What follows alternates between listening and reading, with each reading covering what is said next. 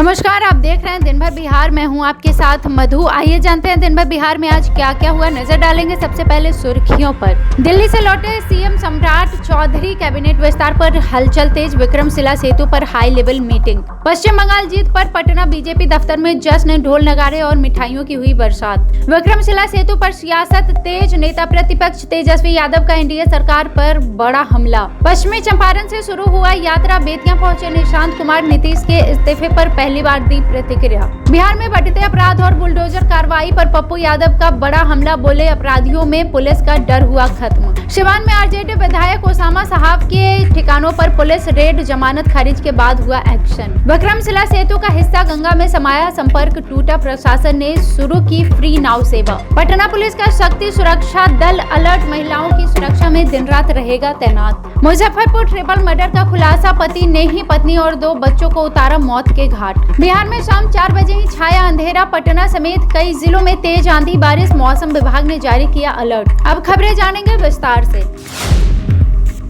बिहार के मुख्यमंत्री सम्राट चौधरी दिल्ली दौरे से लौटकर पटना आए आज, जहां उन्होंने केंद्रीय गृह मंत्री अमित शाह और रक्षा मंत्री राजनाथ सिंह समेत कई वरिष्ठ नेताओं से मुलाकात की थी।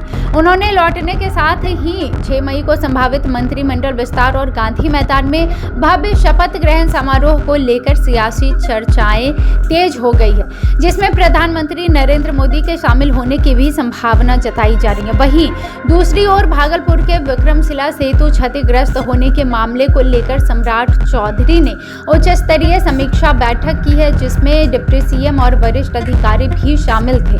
बैठक में हालात का जायजा लेते हुए सुरक्षा के पुख्ता इंतजाम और जल्द मरम्मत और निर्माण कार्य तेज करने के निर्देश दिए गए।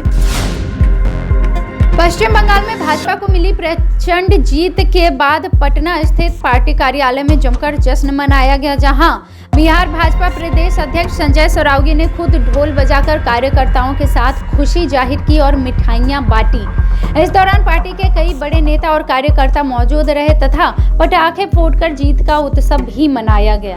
महिला कार्यकर्ताओं में भी जश्न का माहौल देखने को मिला और पारंपरिक अंदाज में खुशी मनाती हुई नजर आई। इस मौके पर पूर्व डिप्टी सीएम विजय कुमार सिन्हा ने कहा कि यह जीत अराजकता पर लोकतंत्र की जीत है। वहीं संजय सरावगी ने कहा कि इस परिणाम ने विरोधियों का सफाया कर दिया है और अब विकसित भारत का सपना मजबूत होने जा रहा है।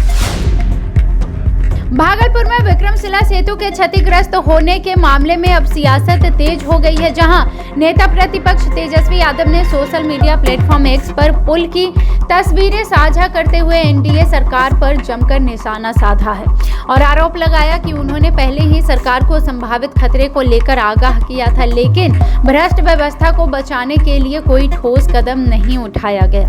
तेजस्वी यादव ने भ्रष्टाचार के कारण ही पुल गंगा में समा गया। हालांकि घटना के वक्त कई वाहन पुल पर मौजूद थे, लेकिन सौभाग्य से कोई बड़ा हादसा नहीं हुआ। साथ ही उन्होंने दावा किया कि पिछले 2 वर्षों में बिहार में 100 से अधिक पुल पुलिया गिर चुके हैं, जिसके बाद राज्य में सियासत गर्म हो गई है और सरकार की कार्यशैली पर भी सवाल उठने लगे हैं। पूर्व मुख्यमंत्री नीतीश कुमार के बेटे और जदयू नेता निशांत कुमार इन दिनों सद्भाव यात्रा पर हैं, जिसकी शुरुआत उन्होंने पश्चिमी चंपारण से की है और इसी क्रम में वह आज बेतिया पहुंचे, जहां उन्होंने आम लोगों से संवाद किया और उनकी समस्याएं भी सुनी। इस दौरान उन्होंने पहली बार नीतीश कुमार के इस्तीफे को लेकर खुलकर बयान देते हुए कहा कि यह उनका व्यक्तिगत फैसला है और अब हम सभी जिम्मेदार हैं इसके कि आगे उनके कामों को बढ़ाए, उनके विकसित बिहार के सपने को पूरा करें। निशांत कुमार ने लोगों से मिलकर बिहार को विकसित बनाने का आह्वान किया और कहा कि सबको साथ लेकर आगे बढ़ना ही उनकी प्राथमिकता है। पूर्णिया के निर्दलीय सांसद पप्पू यादव ने बिहार में बढ़ते अपराध को लेकर सरकार पर तीखा हमला बोलते हुए कहा कि आज हालात ऐसे हो गए हैं कि अपराधियों के मन में पुलिस का डर खत्म हो चुका है, सरकार का डर खत्म हो चुका है और प्रदेश में आतंक का माहौल है। उन्होंने डिप्टी सीएम सम्राट चौधरी से अपील करते हुए कहा कि बुलडोजर कार्रवाई में आम लोगों को परेशान ना किया जाए, क्योंकि जिनके घर तोड़े जा रहे हैं वे भी आपके अपने ही लोग हैं। साथ ही उन्होंने मुख्यमंत्री नीतीश कुमार के बेटे निशांत कुमार का जिक्र करते हुए सभी को मिलकर काम करना होगा ताकि बिहार को बचाया जा सके, ऐसा उन्होंने कहा है। पप्पू यादव ने यह भी कहा कि पहले कभी अपराधियों ने पुलिस पर गोली चलाने की हिम्मत नहीं की थी, लेकिन अब लगातार ऐसी घटनाएं सामने आ रही है जो कानून व्यवस्था पर गंभीर सवाल खड़े कर रही है। सिवान में पूर्व सांसद मोहम्मद साहबुद्दीन के बेटे और रघुनाथपुर से राजद विधायक उसामा साहब के ठिकानों पर सोमवार सुबह पुलिस ने बड़ी कार्रवाई करते हुए नवलपुर स्थित आवास और हुसैनगंज के प्रतापपुर स्थित पैतृक घर पर छापेमारी की। यह कार्रवाई डीआईजी नीलेश कुमार के नेतृत्व में एसपी पूरन कुमार झा और स्थानीय पुलिस टीम की मौजूदगी में की गई। बताया जा रहा है कि डॉक्टर की जमीन पर जबरन कब्जा, मारपीट और धमकी से जुड़े मामले में महादेवा थाना में एफआईआर दर्ज कराई गई थी। उसके बाद जांच तेज हुई थी और कोर्ट द्वारा अग्रिम जमानत याचिका खारिज किए जाने के बाद विधायक फरार चल रहे हैं। पुलिस को वारंट मिलने के बाद 2 स्थानों पर करीब 2 घंटे तक तलाशी ली गई। हालांकि छापेमारी के दौरान उसामा साहब और उनकी मां हिना साहब घर पर मौजूद नहीं थे, लेकिन फिलहाल इस मामले में किसी की गिरफ्तारी नहीं हुई है और पुलिस साक्ष्यों के आधार पर आगे की कार्रवाई में जुटी हुई है। भागलपुर के लाइफलाइन माने जाने वाले विक्रमशिला सेतु के पिलर संख्या 133 के पास देर रात करीब 12:50 पर सड़क का बड़ा स्लैब टूटकर गंगा नदी में समा गया, जिससे भागलपुर और नवगछिया के बीच संपर्क पूरी तरह बाधित हो गया है। घटना के वक्त पुल पर कई वाहन मौजूद थे, लेकिन पुलिस और प्रशासन की सतर्कता से बड़ा हादसा टल गया। इसके बाद पुल पर यातायात तुरंत बंद कर दिया गया। जिलाधिकारी नवल किशोर चौधरी और एसएसपी प्रमोद यादव मौके पर पहुंचे और हालात का जायजा लिया। प्रशासन ने वैकल्पिक व्यवस्था के तहत सूर्योदय से सूर्यास्त तक निःशुल्क नाव सेवा शुरू करने का ऐलान किया है। साथ ही घाटों पर पुलिस और मजिस्ट्रेट की तैनाती कर लोगों ने सुरक्षा नियमों के पालन की भी अपील की है। पटना पुलिस का शक्ति सुरक्षा दल महिलाओं, छात्राओं और युवतियों की सुरक्षा के लिए लगातार सक्रिय भूमिका निभा रहा है।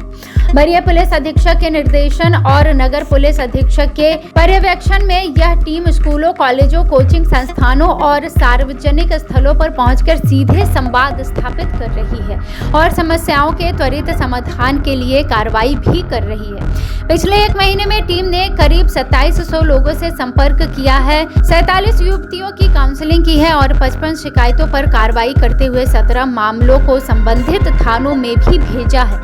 इस दौरान पुनाई चक और राजेंद्र नगर में छेड़खानी करने वाले पर कार्रवाई भी की गई है। घायल लड़कियों को अस्पताल पहुंचाने, गंगा घाट और सड़क हादसों में फंसी युवतियों की जान बचाने जैसी कई अहम पहल की गई है। साथ ही 2 हेल्पलाइन नंबर भी जारी की गई है, जिससे महिलाएं बिना झिझक मदद मांग सके।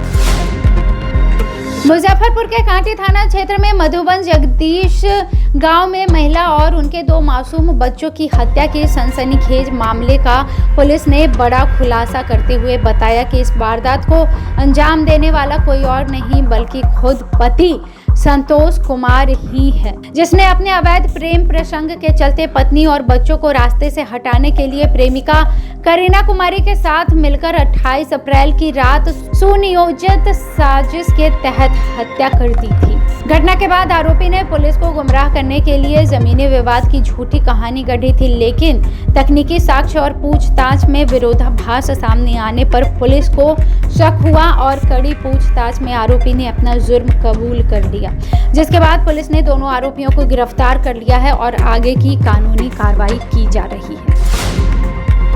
पटना समेत वैशाली और मुजफ्फरपुर में अचानक मौसम का मिजाज बदल गया, जहां शाम 4 बजे ही आसमान में घने बादल छाए गए और अंधेरा फैल गया।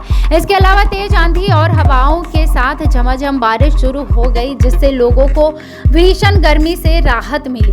हालांकि मौसम विभाग ने गरज, ठनका गिरने और तेज हवा को लेकर अलर्ट जारी करते हुए लोगों को सतर्क रहने की सलाह दी है। बिना जरूरत घर से बाहर ना निकलने की सलाह दी है। प्रशासन ने भी संभावित खतरों को देखते हुए सुरक्षा को लेकर दिशा निर्देश जारी किए हैं। अचानक बदले मौसम से जहां एक ओर राहत है, वहीं दूसरी ओर लोगों में सतर्कता भी बढ़ गई है।